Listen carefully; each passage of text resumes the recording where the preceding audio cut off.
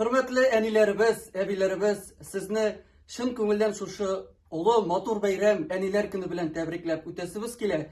Sizge barıtık isenlik, sağlık dilep, bizden birgine köplet bir rahmet sözü olarak yangarastan şerattağı jırımız. Bayram bilen sizni.